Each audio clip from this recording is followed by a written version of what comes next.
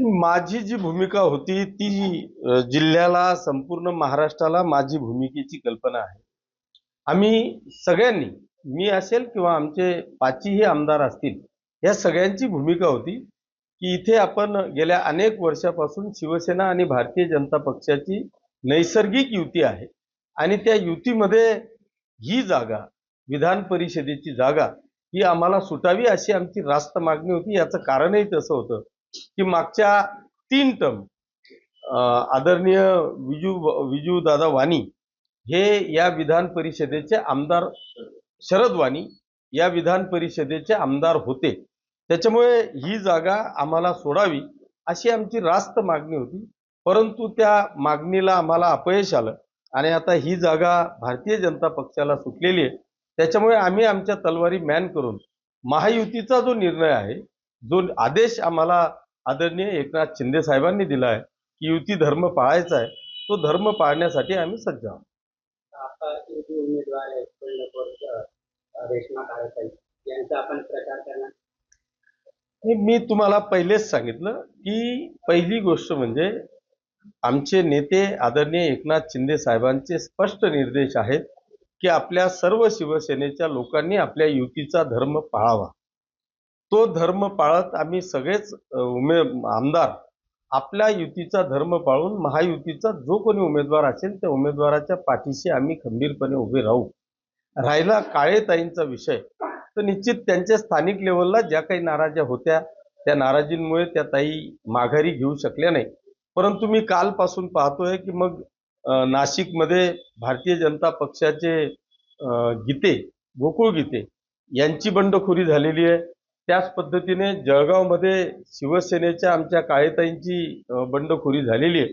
पण ही बंडखोरी जरी आपण म्हणत असलो तरी मला असं वाटतं की नाशिकमध्ये देखील आमचे उत्तर महाराष्ट्राचे संपर्क प्रमुख आदरणीय उदयजी सामंत साहेब आणि भारतीय जनता पक्षाचे नेते आदरणीय गिरीश भाऊ महाजन साहेब हे दोघेही कालपासून तिथे तळ ठोकून बसलेले आहेत।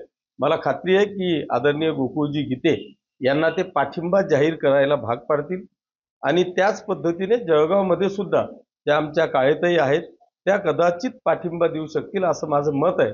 कारण शेवटी महायुतीमध्ये कुठेही गालबोट लागू नये आणि आपल्यामुळे विरोधकांना याचा बेनिफिट होऊ नये याची काळजी मला वाटतं सगळेच जण घेतील। आता सत्तार साहेबांनी जो आपला मत मांडलेलं आहे भाजपा ही लोक ऑर्डन आहे याकडे आपण कसं पाहावं? नाही, हे सत्तार साहेबांचं व्यक्तिगत मत किंवा त्यांचा असलेला अनुभव असावा, त्याच्यात त्या भानगडीत आत्ता तरी मला जायचं नाहीये।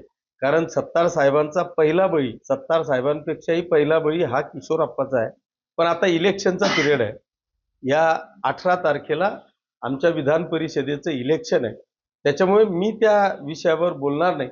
पण आपल्याला सगळ्यांना माहिती आहे की गेल्या 10-15 वर्षापासून भारतीय जनता पक्षाने सातत्याने माझ्या विरोधात अपक्ष उमेदवार दिलेला आहे, तोही पक्षाचा पदाधिकाऱ्याला दिलेला आहे, त्याला सगळ्या प्रकारची रसद पुरवली गेलेली आहे।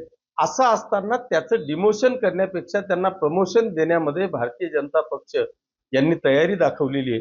त्याच्यामुळे मी आता पुन्हा अब्दुल सत्तार साहेब काय बोलले, पुन्हा ह्या इलेक्शन मध्ये आम्ही काहीतरी गदारोळ करायचा का, त्याच्यामुळे मी त्या विषयावर सध्या बोलू इच्छितो। आता काळेताईने जर पाठिंबा दिला नाही, जर त्यांची मनमिळवणी झाली नाही तर आपल्याकडे जो 69 मताचा जो फरक आहे आणि तो भाजपासाठी किंवा महायुतीसाठी डोकादुखीचा ठरता, याकडे आपण कसं पाहतो? मला असं वाटतं की याच्यावर लवकरच निर्णय होईल। भारतीय जनता पक्षाचे जे गीते आहेत त्यांचीही तिथं नाशिकमध्ये बंडखोरी झालेली आहे, तिथे काय होतं त्याच्यावर जळगावचं मला वाटतं गणित ठरेल असं मला वाटतं।